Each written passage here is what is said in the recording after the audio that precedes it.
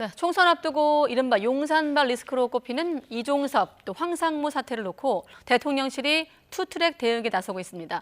먼저 이종섭 주 호주 대사에 대해선 공수처 소환도 없이 국내에서 마냥 대기하는 건 매우 부적절하다고 자진 귀국서를 일축을 했고, 또 반면에 언론사를 상대로 강압이나 압력을 행사한 적이 없다면서 회칼 테러 사건을 언급한 황상무 시민사회 수석과는 거리 두기 혹은 선긋기에 나선 분위기입니다. 취재 기자 불러보겠습니다. 조은지 기자. 네, 용산 대통령실입니다. 네, 투트랙 전략. 자, 먼저 이종섭 대사 임명 처리는 없을 거라는 분위기가 좀 많았었는데 그동안 공식 입장이 나온 겁니까?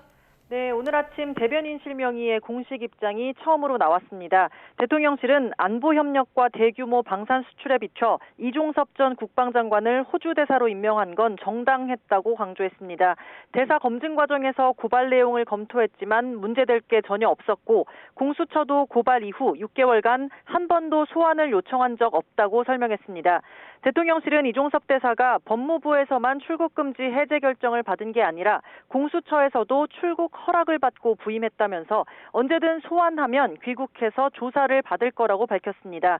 그러면서 공수처가 소환도 안 한 상태에서 재외공관장이 국내에 들어와 마냥 대기하는 건 매우 부적절하다고 지적했습니다. 총선이 임박한 정치권, 특히 여당에서까지 이종섭 대사가 자진 귀국해야 한다는 목소리가 있는데 이를 일축한 것으로 풀이됩니다. 대통령실은 이번 사태를 공수처와 더불어민주당 좌파 언론이 결탁한 정치 공작이라고 규정하고 있습니다. 특히 최상병 사건과 관련한 이종섭 대사의 직권남용 혐의에 대해서도 문제가 없다는 판단을 마쳤습니다. 대통령실은 군사망 사건은 민간 경찰에게 수사권이 있는 만큼 봐주기 수사나 수사 무마 자체가 성립할 수 없다고 인식하고 있습니다. 또 최상병 사망과 관련해 책임 관계를 구체적으로 따지는 건 군 인사권자인 장관의 고유 책무고 이를 하지 않은 것이 오히려 직무 태만이라는 입장입니다.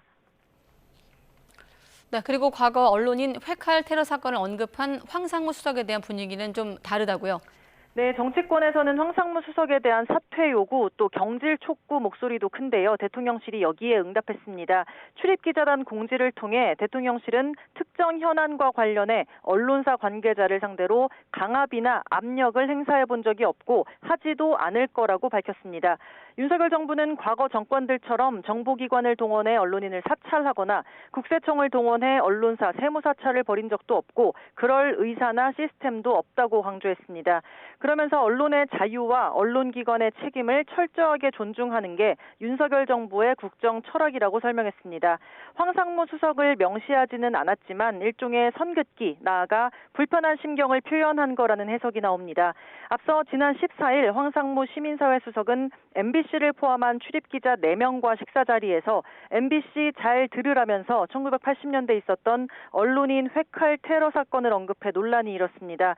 황상무 수석은 어제 대통령 주재 수석비서관 회의 또 오늘 오전 내부 회의에 변동 없이 참석했지만 여론이 점점 악화하며 본인이 결단해야 한다는 용산 내부 분위기가 감지되고 있습니다.